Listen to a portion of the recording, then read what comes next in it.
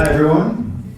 My name is Eric Stoyer. I am the Creative Director of Creative Commons, and I'm very pleased to just introduce this session on creators of the Commons. And we have three speakers today who are going to talk about some of the projects they've been working on and take some questions from folks who are interested in learning the ins and outs of those projects. So first we're going to hear from Martin Schneider, who is behind the Open Press project.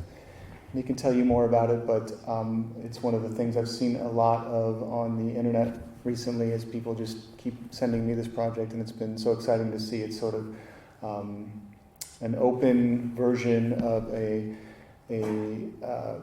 printing press that would normally be too inaccessible and expensive for most people, so it's exactly the kind of thing we like to see. So please welcome Martin.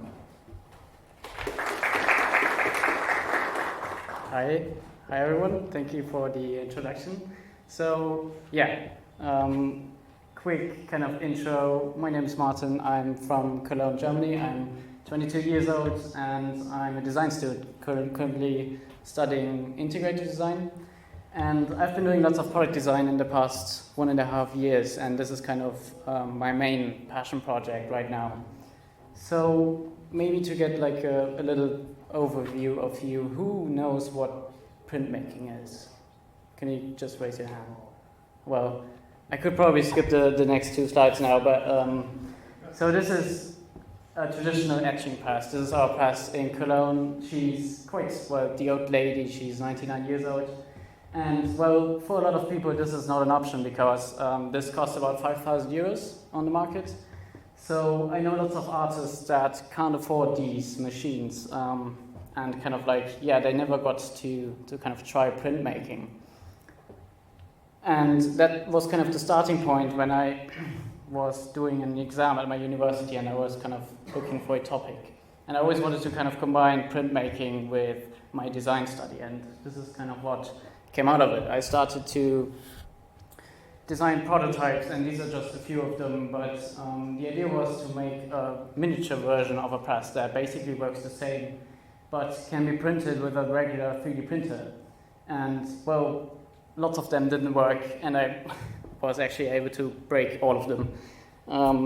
But in the end, I ended up with this one, and I published this one as kind of under a CC license on Thingiverse. And just a few weeks before my exam at my university, I needed to make a presentation.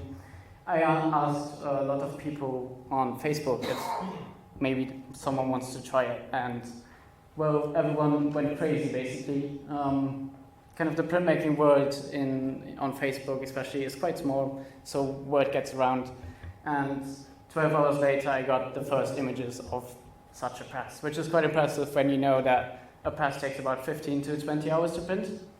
So someone was really able to kind of use multiple printers to do it. And then kind of 3 weeks went on, and at the exam I had loads of stuff to kind of show, which was amazing.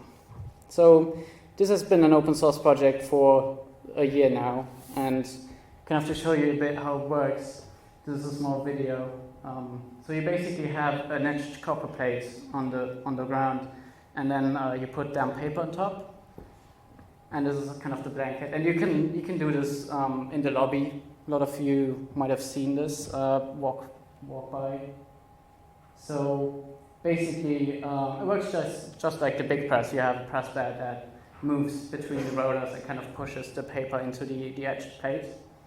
So after that, you have an imprint, a print of it. And this is kind of always the magic moment when you reveal it. So yeah, this is kind of, that was the test plate I was basically testing for 1 year, and I have loads of them now. But as I said, lots of people joined, and we have a bit of a visualization of presses, so people can send us photos of them, and we mark them on this map. And it's really fun to see because lots of people decide to print these in different colors and kind of use these for different things. For example, in the top left corner, there's someone actually printing on an airplane. So she was able to get this past the security checks and was able to kind of print on this tiny table on an airplane, which is quite awesome. Might be the highest Dino cut ever printed. I don't think anyone has printed something higher than that. And kind of what came out of it, because loads of people now joined the project, we decided to kind of open submissions for an open call. So these people who have 3D printed this press then sent us the kind of the 2D prints they made with it. And a few weeks back, we showed this in our gallery in Cologne, which was really great because from all over the world, people send us stuff. And it was basically Christmas for like multiple months because every week I had like a nice envelope to open and kind of to see what's inside. It was really awesome. Yeah. And we're now doing lots of stuff with children especially, so it's really fun to do these monotypes that you can do upstairs as well. It's also for adults. But it's really fun to do these in museums and to see kind of the children's reaction. And yeah, it's really fun. They kind of try and collect leaves for me and then we print them. It's really cool. And the logical step was, because, well, this has been open source for a year now and it will keep being open source. But lots of people asked us if they can just buy one. So lots of people don't have access to a 3D printer. So this was basically a project for 3D printing people only.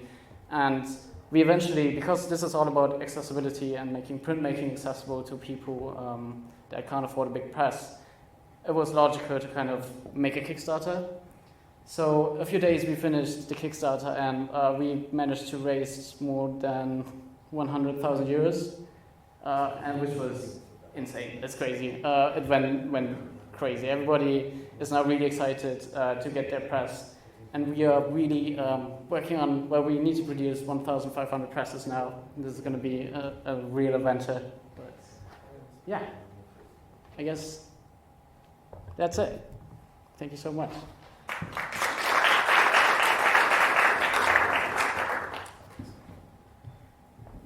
Thank you. And after all three of our presenters have spoken, we'll take some questions from folks, so make sure to formulate those. Next, we're going to hear from Frederick Noronha, and he'll be talking about Goa and what he describes as a tiny community in a giant continent.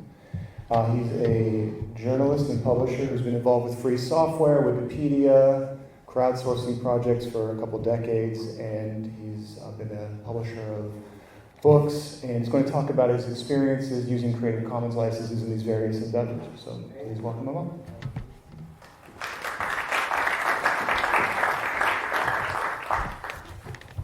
How do I, excuse me, do I get, oh yeah, fine. Good afternoon everyone. My name is Frederick and I'm from this tiny part of India that is actually called Goa. It's on the west coast. It's 600 kilometers south of Mumbai. And I noticed while everyone was talking about the north and the south as if they are homogeneous wholes, we actually have our own gradations within these different regions. So the point I'm trying to make today is that Creative Commons can work both for small regions and for small players, independent players, and I just want to share some of my experiences with you. By way of background, I've been in journalism, in freelancing, photography, writing, editing, and a bit of book publishing. That's very small alternative book publishing. I'll explain as we go along. So, over the last 10-15 years, I've worked independently on my own individual level, trying to make the most of the Creative Commons approach, because I come from a background which strongly believes in free software and open source. And I find that CC works both as a freelancing model and as a way of promoting your hobbies, whether it's photography or whatever else, in terms of building online content, and that was the point I was making earlier. So in all these small communities which are not seen as markets, the Creative Commons approach actually allows us to create content where otherwise there would have been none. In terms of books, also we published about 140 books in the last 12 years. The thing is that most of them are not CC, we'll talk about that later. And it's also commercially sustainable as a freelancer or as a micro business. My claim to fame, apart from having a 2-letter Twitter username, is that I've shared about 64,000 photographs on Flickr. So these are my photo collections, and I mean it's not a revenue model, but it's a way of putting out your work there and giving a visibility to a region which would otherwise have none, or would have a very touristic image which you don't feel is the only thing. In terms of building an online community, we've used an approach of the mailing list, which is not really CC, but it's kind of sharing information without charge and quite freely. And this mailing list is called GoaNet, which this year celebrates 25 years. So it's been sustained all along. I don't particularly believe in the funded approach, so this is based on the Linux model of people contributing voluntarily. So there is no charge to be a member of this network, and no one gets paid to write, but it survives for 25 years. It has seen better days now today with Facebook and a whole lot of other options. You don't have the kind of volume and kind of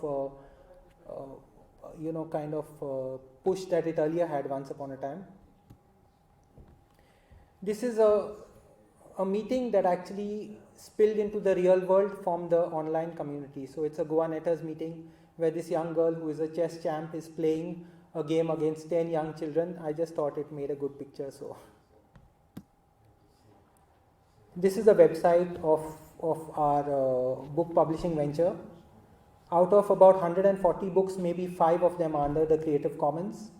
We find that as publishers, there is no problem for me to put it out on the Creative Commons, because in any case, we are not claiming the copyright, we pass it on to the authors. Convincing the authors that Creative Commons is a viable model can be a little bit difficult because it's so counterintuitive, and people kind of don't take to it very easily. But if they are willing, we are more than happy, and we found that putting out a book in Creative Commons in no way kind of damages the potential of the book to sell itself. On the contrary, it builds interest in the book. In a small society, people are not going to reproduce your book, and even if they do, that's not a problem for us. I just used the CC search engine to find out the number of photographs focusing on my tiny village called Saligaon, which is, by Indian standards, it's tiny, so it has about 6,000 inhabitants. And the number of photographs there are about 1,500 on every aspect of the village. So I would argue that because we have learned from these experiences, we actually have been able to promote and create more content about these small places. The pros and cons of Creative Commons as I see them. One is that Creative Commons can fit into a market model. So all my work is driven by the market. It's not funded, and I wanted to test whether it can actually be supported by the market. It can be. You need untypical approaches. It's not going to be hugely successful. It's not going to be hugely paying. You've got to adopt alternative approaches. So I wish I had a photograph of me taking 2 or 3 boxes on my two-wheeler and trying to deliver it around the place. But that's how it is, but it's fun. It opens new possibilities for writers, readers, and for the market itself. It spurs on creativity. And at the end of the day, it's not excessively market dependent. So I'm not contradicting what I just said earlier, but the fact is that if you have a small market which the mainstream market does not recognize, the Creative Commons model can help you to create content there. The cons, of course, it seems to be counterintuitive. So convincing an author that this is good for you can be difficult. There is a genuine fear among authors that what if we share our work out there and if it gets used by someone and we lose what control we have over it. The third thing is that Creative Commons needs a shoestring model of operations. It's viable, but it's shoestring. As I started off saying, Goa is a very tiny place of the Indian subcontinent. It's exactly 1,000th of the size of India.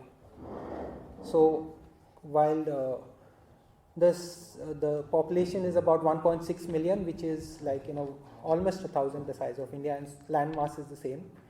So we are suffering from a lack of publishing. While the mainstream, the big cities have their own publishing hubs and their own publishing centers, the smaller parts of India are a desert, and that's true of many parts of the country. It's just not a market. And we have a situation where there is a lack of jobs, which leads to a lack of skills, and it's a kind of a chicken and egg situation. So I'm suggesting that approaches like CC can actually help to break into these. And finally, to almost wind up, the logic of CC in a small market is it allows for affordability in creating content. So because we are not looking at huge overheads and building up huge structures, we find it very affordable to create content. We have affordability in accessing content, which is very important for many parts of the world even today. Just to give an example, the newspaper, the average commercial newspaper in my part of the world costs something like maybe 10 cents. And I always argue that while free software talks about 4 freedoms, we need to set up a 5th freedom, which is making content and products affordable to everyone. We have a lack of access to copyright expired content because while bigger entities have projects taking this work on, in the smaller places there's nothing.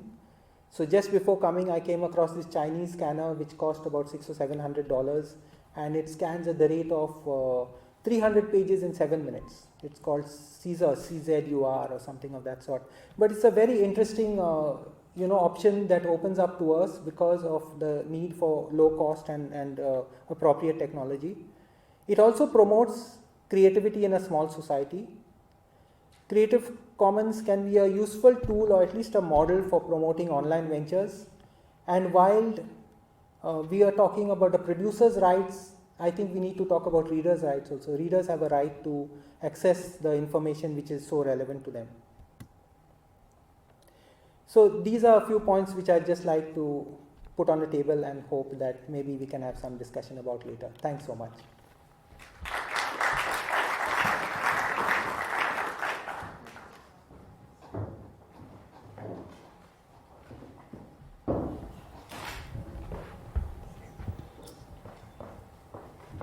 Thank you. And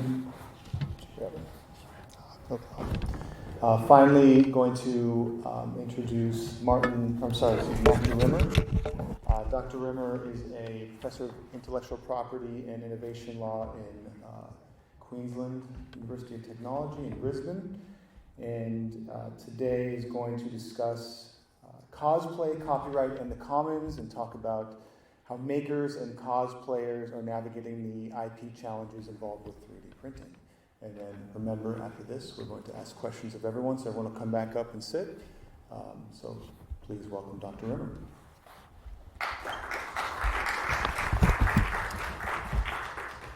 Thank you very much. It's wonderful to be back at the Creative Commons Summit for the second year running. Last year, I talked a little bit about some of the work that we've been doing in relation to intellectual property and 3D printing. And I guess my presentation today is going to cover a number of aspects of the progression of that work. So really, I'd like to do a few things today.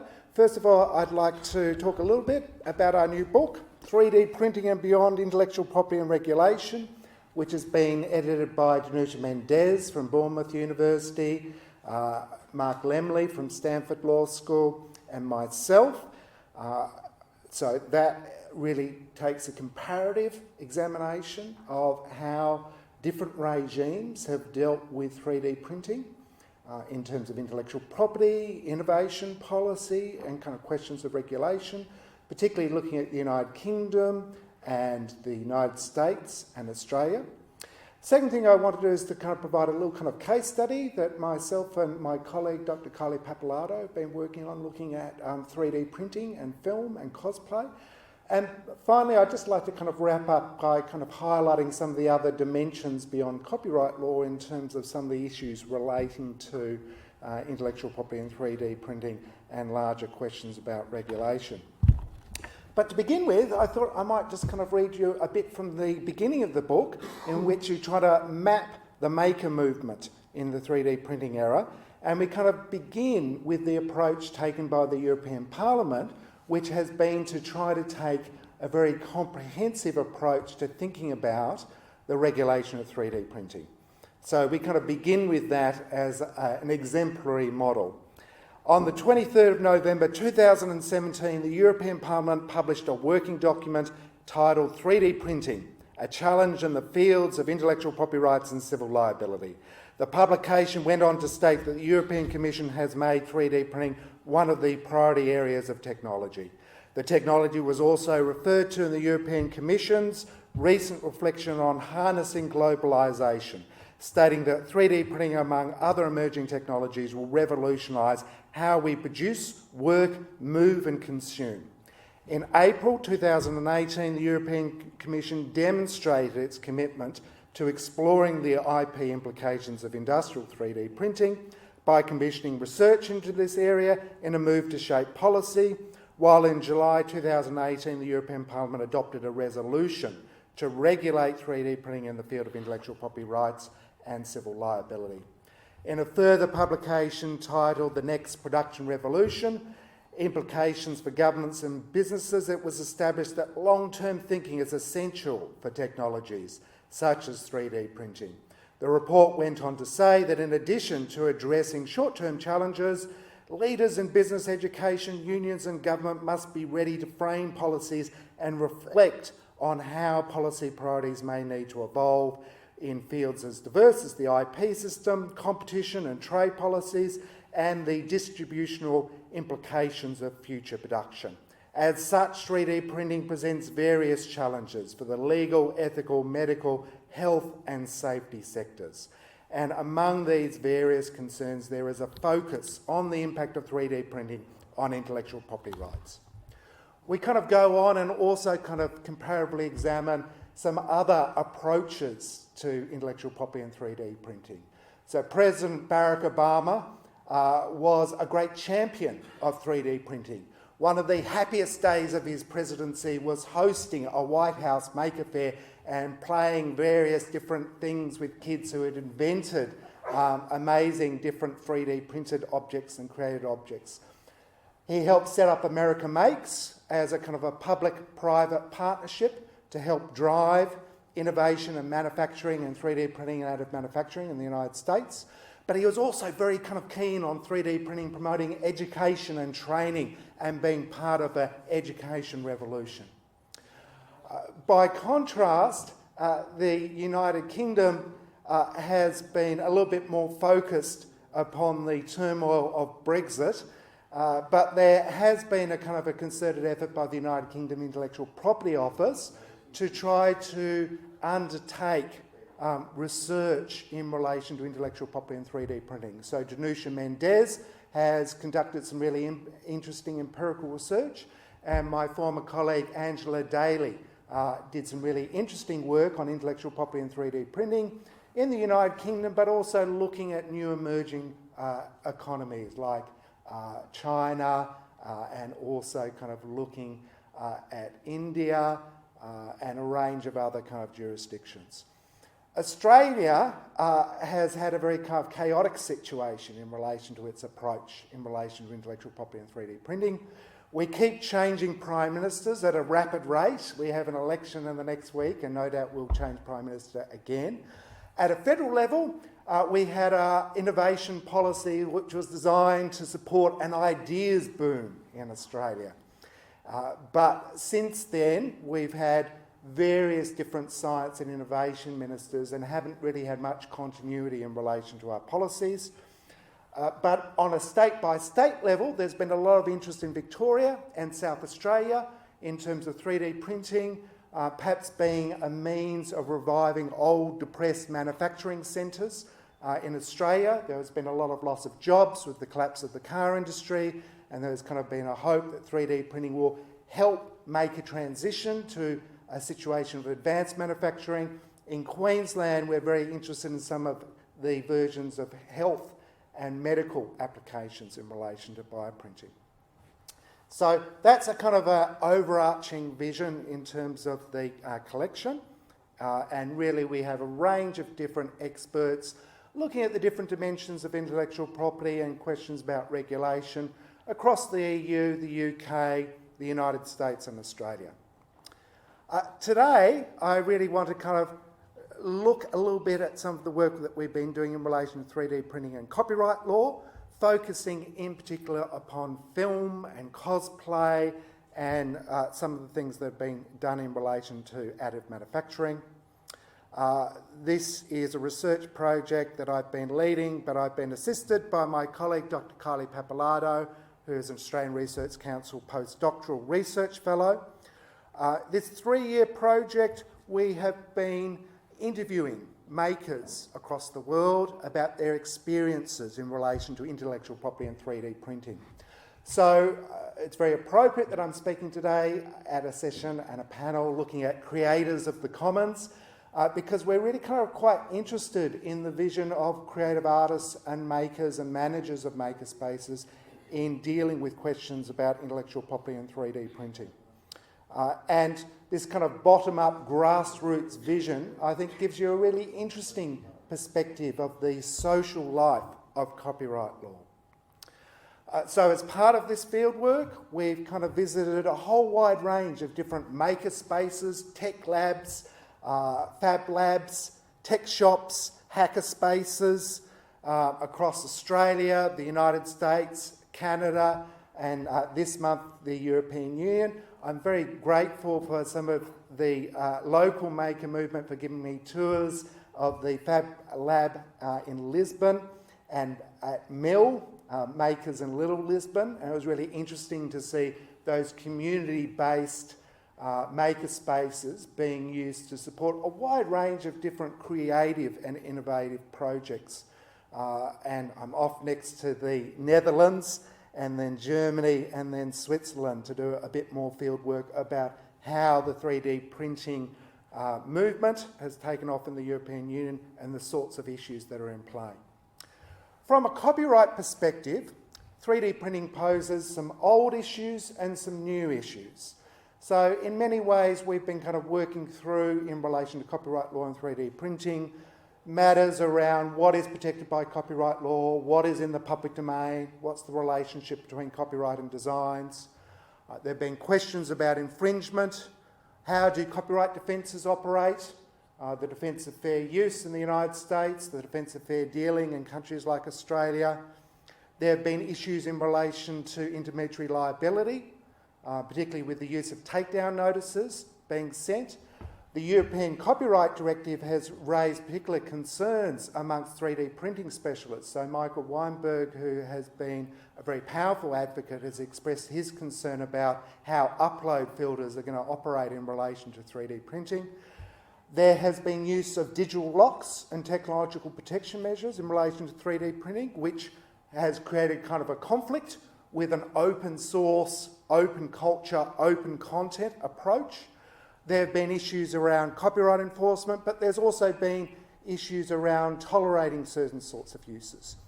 As has been kind of made evident by the statistics in relation to the use of Creative Commons licenses, the 3D printing community have often relied upon Creative Commons licenses to make their design files open and accessible. But I guess our project has really kind of shown that there has been a great clash of cultures between an open source maker movement and a much more proprietary vision of intellectual property, 3D printing and additive manufacturing. And you can see this in the field of film. So I just want to kind of briefly give you some quick case studies, focusing upon, amongst other things, Hugh Jackman. Here is Hugh Jackman kissing my wife, Susan Harris Rimmer. She asked Hugh Jackman to kiss her for charity as part of the Australian 2020 Summit, And very generously, he agreed to do this. So obviously Hugh Jackman is part of a gift economy here. Hugh Jackman is a kind of Australian heartthrob, perhaps best known for his role as Wolverine, but he is a triple threat. He is a singer, he is a dancer, and he is an actor. In an amazing new piece of animation called The Missing Link, Hugh Jackman plays the lead, and they've kind of heavily relied upon 3D printing to make the work, particularly in terms of his facial impressions and the changes in terms of his facial expression. So this particular kind of firm has been very innovative in using 3D printing and adapting 3D printing for a wide range of animation films like Kubo and the Two Strings and Coraline and The Missing Link. And really they have used it to speed up what they can do with stop motion characters.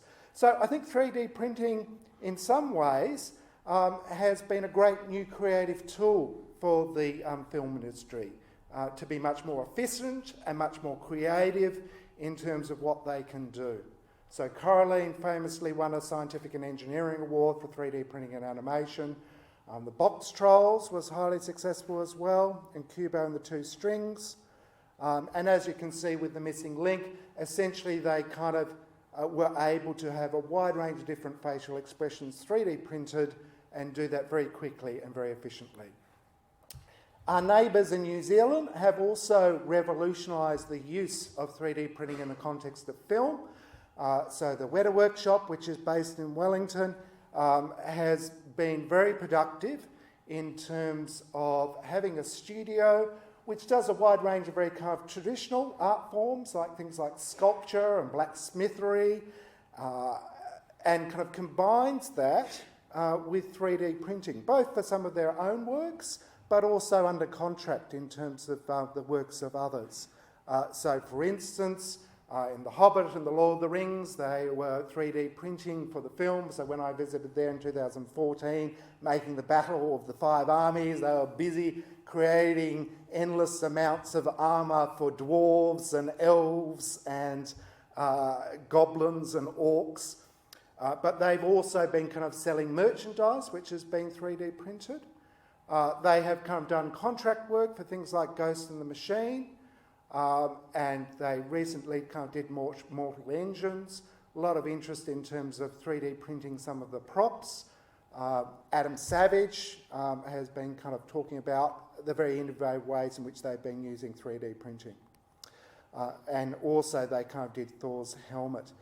But to my mind, there's going to be great tensions there between a very kind of proprietary approach in relation to intellectual property and 3D printing and what fans and consumers do with props and images from film.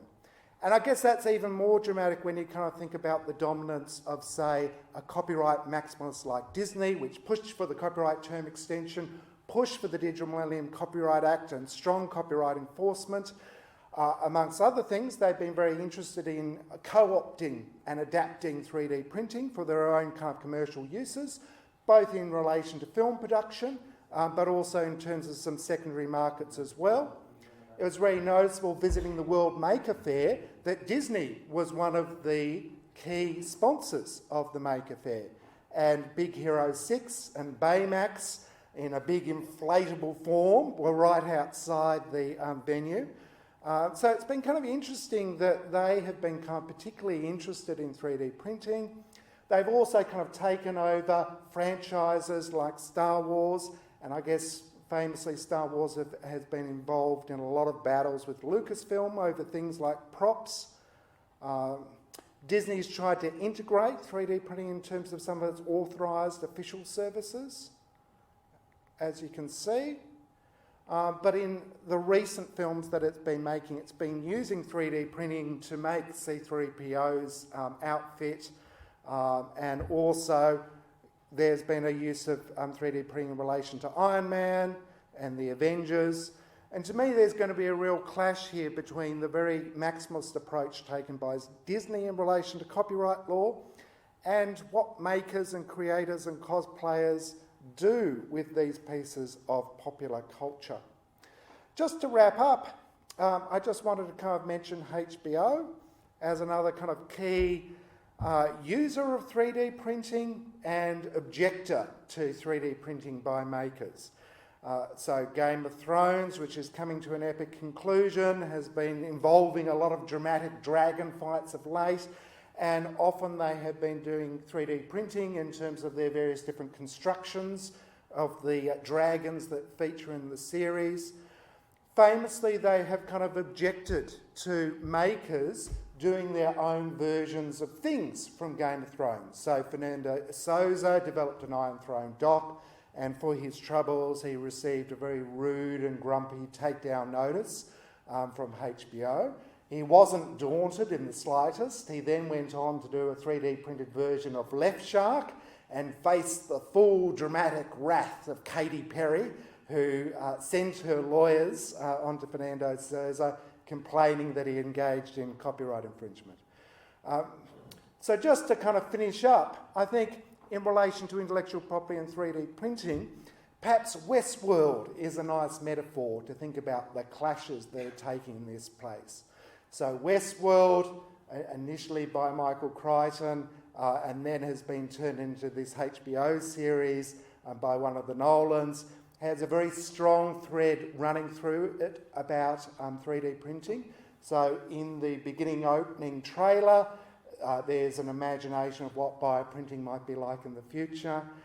But in terms of the plot, there's a strong little element around intellectual property, including one of the characters saying, do you know how far these people will go to protect their intellectual property?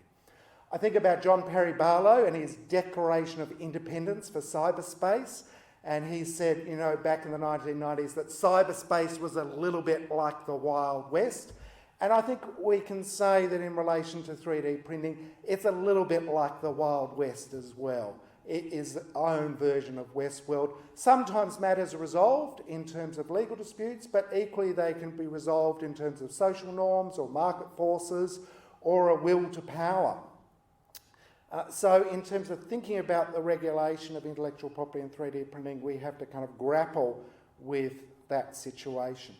Just to wrap up and conclude, I think it's also worthwhile thinking beyond copyright law. I think there are lots of other really interesting issues in relation to designs and 3D printing, as we heard in the last great panel, trademark law and 3D printing.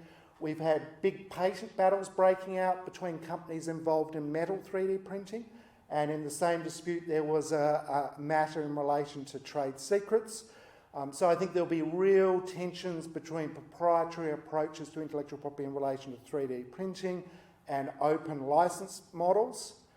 And we also need to kind of grapple with the interaction between intellectual property and questions about regulation. Kind of contextually, different forms of 3D printing are going to raise different sorts of regulatory issues, such as product liability, questions about consumer law, questions about regulation of bioprinting. So I think it's important to kind of think across intellectual property, regulation and innovation policy. And as I said at the outset, the European Parliament has taken quite a holistic approach to the regulation of new technologies. So their resolution on 3D printing is an effort to bring together all those various issues.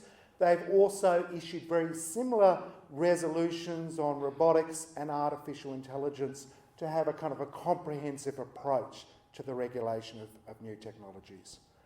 Thank you very much.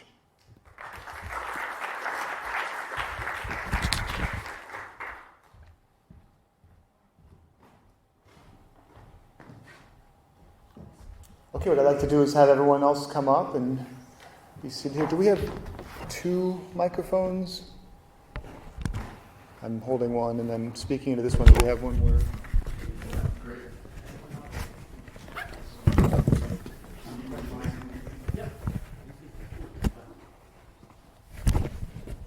We've got 15 minutes for audience questions. I wanted to start things off with one question I had for all 3 of you. So, Martin, you're a bit younger, but I bet you've also got an opinion about this. So, in the last, say, 10 years, have you seen challenges to creativity that have been presented by intellectual property law, or the challenge to using Creative Commons licenses or open source approaches to projects have you seen them change? You know, if the things changed in the last 10 years, they improved, they got worse, they changed? Well, I don't really know. I don't think I have a very good answer to that. But I think I'm not too long into this kind of community, and I know that people around me really think differently. So with my project, especially when I published it, they didn't really understand how it works, and they were kind of thinking, oh, you should trademark it, you should copyright it, like you should restrict access, which was totally against the idea of the content, the project. And I think CC, or like open access, open source is getting bigger and bigger, and I think it's really important for the creative community. And that was, I guess that was very different 10 years ago, so I'm quite happy that. Since I've been more involved in tracking the free software and open source movement in India, what I can say is that the real threat has come from the corporations. So 10 years back, you had a much more healthier, active, grassroots movement. Today, that has faded out, and the corporations have come over with their big sponsorships. And you see Microsoft loves Linux, and I think that is a dilution of the spirit which was once there. In our collection, Professor Mark Rimmer from Stanford Law School has a shorter version of his long paper, which is available online and open access, about intellectual property in a world without scarcity. And his kind of provocative thesis is that intellectual property depended upon creating a certain amount of artificial scarcity. So I remember growing up in the 1970s and 1980s, pre-internet, in which books and music and artworks and films were very expensive to access. I didn't have many vinyl records. I only had a fairly small collection of books. I guess the thesis of Mark Lemley is that a whole host of new technologies have come along that have enabled a great abundance. So information technology, 3D printing and additive manufacturing. He also talks a little bit about biotechnology. And his argument is that that will place all sorts of stresses upon the intellectual property regime because copyright law and other regimes like designs and patents and trademarks are based upon the notion that you can kind of control the dissemination and the reproduction of the work. You can kind of create a certain level of artificial scarcity. And his point is that these technologies really challenge those presumptions embedded within the intellectual property system in a very profound way. He does have some objectors, so Gertrude van Overvoort from the European Union kind of argues, well, the intellectual property regime has a long history of accommodating and assimilating disruptive technologies, everything from the printing press to the VCR to the photocopier. You know, it will be able to accommodate 3D printing much like it has other technologies. Other people kind of take the view, like Nicole Seisdick, that there's a slow process of assimilation. So it's a kind of a progressive process. New disruptive technologies, like say 3D printing or artificial intelligence or robotics, are very disruptive, but over time a legal system will gradually accommodate them until they are accepted. So, you know, the photocopier was once seen as a killer of books and is now almost invisible and not necessarily really kind of talked about. So I think these kind of technologies raise all sorts of really interesting questions about whether intellectual property law is fit for purpose, is well adapted for the new technologies in the fourth industrial revolution. Folks out there, anyone with a question you'd like to ask everyone or one person in particular?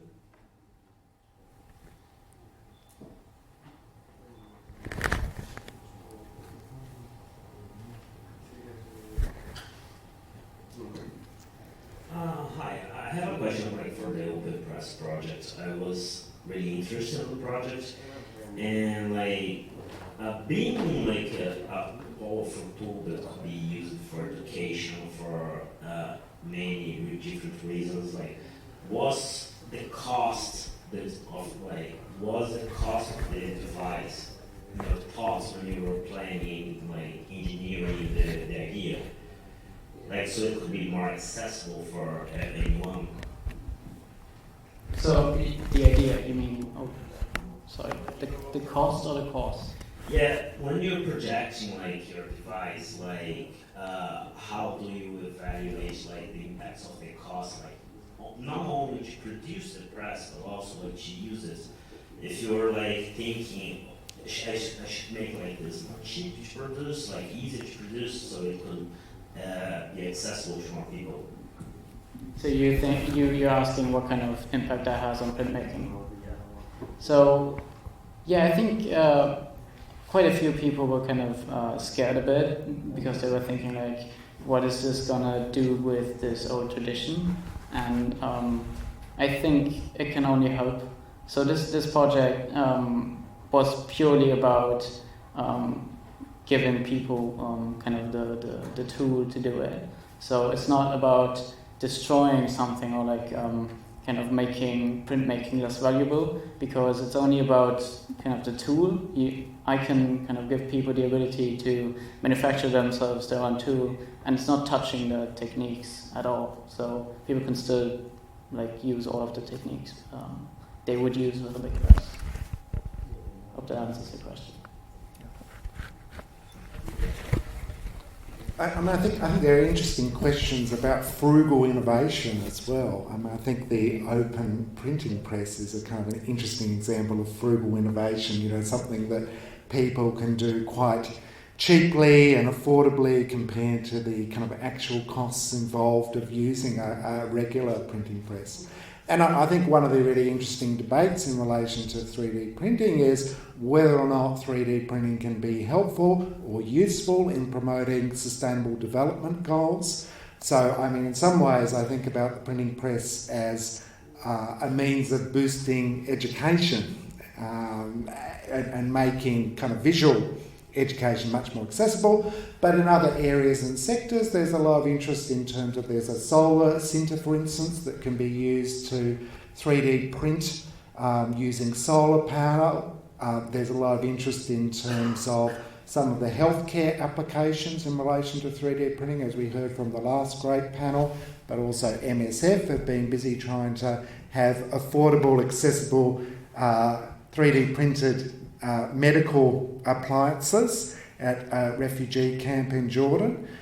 So there's a lot of interest in terms of some of the applications on that side of things. But I think that's a kind of an interesting question too, in terms of how do you make the technology distributed and accessible and affordable across a wide range of different countries, including India. Karel Hodny from ABC. I have a question for Open Press project here. I really liked your press. I've tried it out there in the lobby, and I would have loved it to be bigger. Why did you choose such a small model?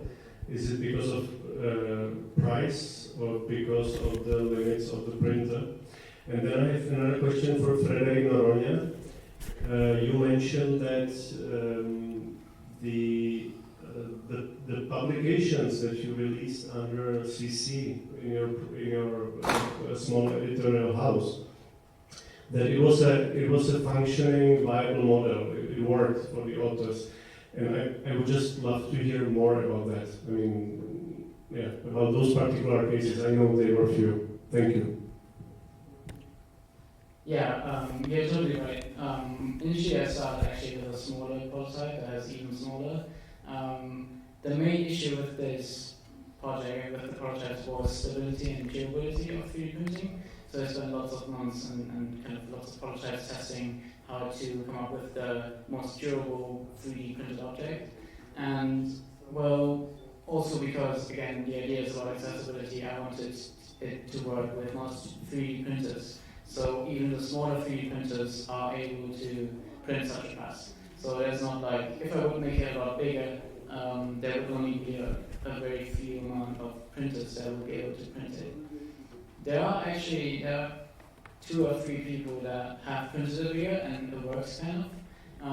but we kind of decided to keep it at that scale because we really like the small scale work they do, so it's very interesting to see what people can do with it. It's a very different approach because usually in printmaking lots of people think that the bigger the better, and it's quite nice to kind of restrict their kind of creativity a bit and kind of see what they can do on that scale.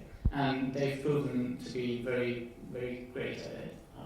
The 250 prints that we have now have awesome quality, and people really like the idea that it's small scale. And it's also kind of the idea that it's portable, so if you would have a big one, it would also be very heavy and expensive too, and it will also take weeks or days to print. So yeah, I think it's a good decision to keep it small. With regard to the question of CC books working, I just want to make one point. It depends by what matrices you are judging it. So for us, the metric is whether the books are easy to enter the market, whether they can be published, whether they are paying for themselves. And on both these grounds, it is working.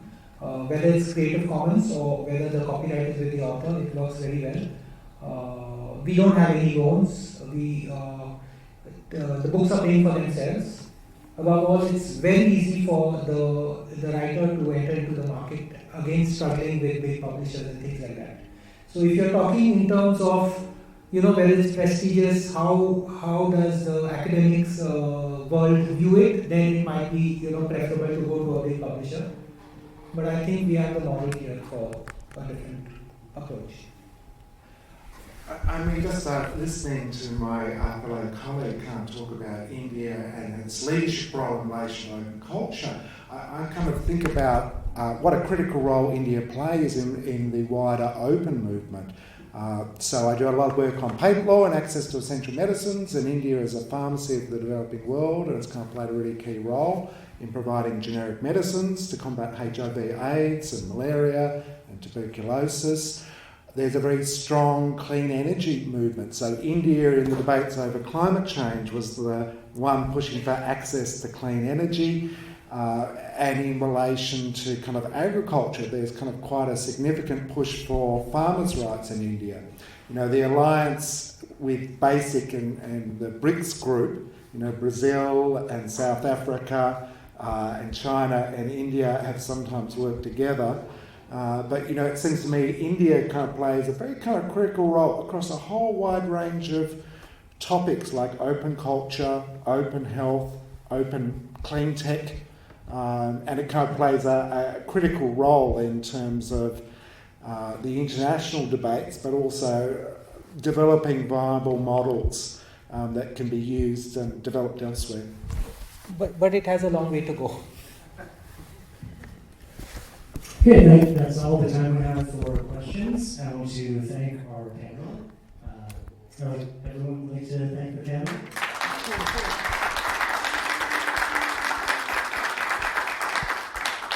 And the next presentation is at 3:30, which is the Ethics of Openness Lightning Talks.